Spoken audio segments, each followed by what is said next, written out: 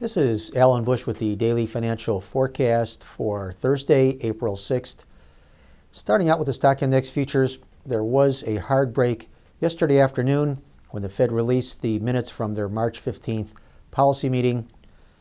Basically, it looks like the Fed is going to scale back its asset purchase portfolio. That tends to be a bit of a negative because it would mean higher rates farther down the curve.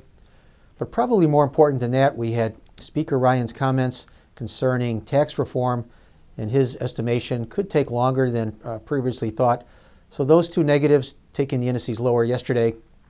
However, we are seeing some rebound today.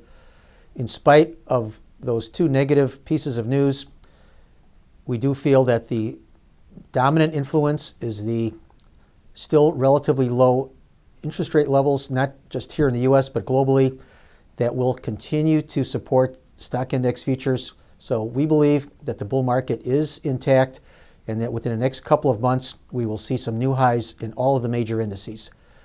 Moving over to the currencies, seeing the dollar index giving up all of its gains initially after the Fed minutes were released. We feel that breakouts in both directions in all of the major currencies will probably not follow through, as interest rate differential expectations now are converging. So knowing that, I think any breakout should probably be used as a fade, and that would apply to all of the major currencies, including the dollar index, which we think has topped now. And in the interest rate futures markets, we are seeing the bond market holding up fairly well today, but longer term, we do feel that the inflation influence will dominate. Also, if the Fed is going to scale back its portfolio of mortgage-backed securities and assets overall, that is a new negative fundamental. Of course, it was probably not that much of a surprise.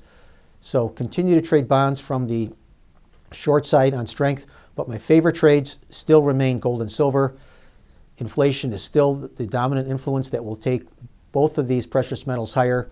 And I think within the next week or so, we will take out the recent highs for both precious metals. So gold and silver remain our favorite longs. So good trading, everyone. Once again, remember, these are my opinions alone and are not the opinions of ADMIS or Archer Daniels Midland.